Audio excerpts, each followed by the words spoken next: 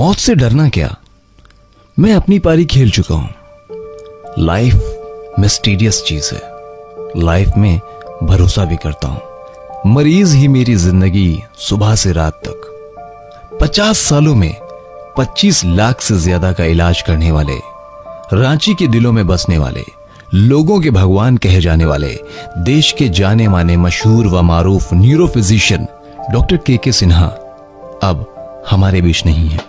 92.7 big FM की तरफ से इनको भावभीनी श्रद्धांजलि।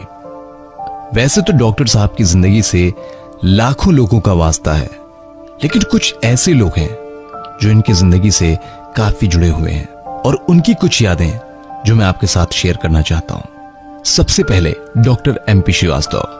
नमस्कार। वो हमारे टीचर थे, हम लोगों को पढ़ाए हुए हैं। उनको मैं तब से जानता हूँ जब मैं मेडिकल स्टूडेंट था। ये बात मैं बोल रहा हूँ 1965। उनके साथ की कोई बात, कोई याद जो आज आप हमसे शेयर करना चाहें? वो इतने जीनियस थे और इतने ब्रिलियंट थे कि उनसे बात करना मुश्किल था। हम लोग मेडिसिन में वो एक सेमिनार लेते थे जिसमें हम लोग जाते थे यूजुअली।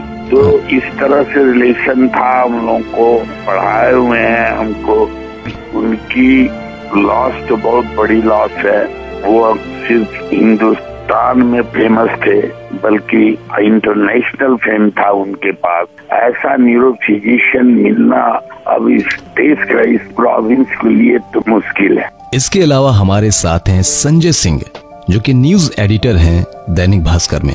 एक्चुअली उनके जो बेटे थे वो हमारे क्लासमेट, बचपन से हम लोगों ने सेंट जॉन्स स्कूल में पढ़ाई की। हमारे साथ पढ़ते थे हेमंत सिन्हा, जिन्हें हम लोग पप्पू भी बोलते थे। उनके साथ की कोई ऐसा वाकया जो आप हमसे शेयर करना चाहें? एक बार स्कूल में जैसे हम बच्चे शरारत करते हैं तो हम लोग भी शरारत किए थे स्कूल में। जी जी। उस वक्त क्या था कि हम लोगों के यहाँ डायरी में लिखी जाती थी कि वो गार्जियंस को बुलाने की। जी जी जी। वो कंप्लेंट जाते थे। तो उस समय हमारे साथ हमारे पापा को भी बुलाया गया था और उनके पापा को भी बुलाया गया था और हम लोगों की शरारतें जो की थी हम लोगों ने स्कूल में वो बताया गया था। तो उस वक्त भी उन्होंने मतलब हम लोगों को डांटा नहीं किया, कुछ तरह शब्दों का इस्तेमाल नहीं किया, बल्कि उन्होंने हम लोगों को समझाया कि किस तरह से हम लोगों को स्कूल में बिहेव करना चाहिए, किस तरह से पढ़ना चाहिए, आगे बढ़ना चाहिए। जी। इसके अलावा हमारे साथ हैं डॉक्टर श्रिंक सिद्धार्थ सिन्हा।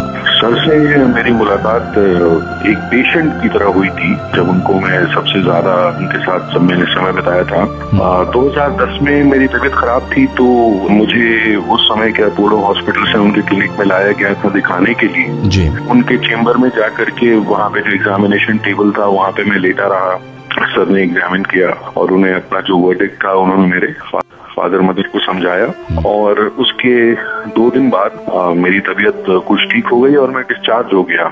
अब इसे आप मेरी कहानी समझिए, जहां उनके हाथ लगने से लोग कहते थे कि कुछ हो जाता है, या मेरी वाकई तबीयत ठीक होने वाली थी इसीलिए मैं शायद ठीक हो गया। उनसे मेरा अनुभव कई तरीकों से रहा है। वो मेरे फादर के गुरु थे। मेरे फादर को उन्होंने मेडिकल साइंस सिखाई थी, वो मैं बचपन से देखता आया हूँ। और यहाँ के लड़के जो उस समय डॉक्टर बनने की इच्छा रखते थे वो अपने नजर से देखते थे कि मुझे इन जैसा बनना है। हमारे लिए वो भगवान समान थे।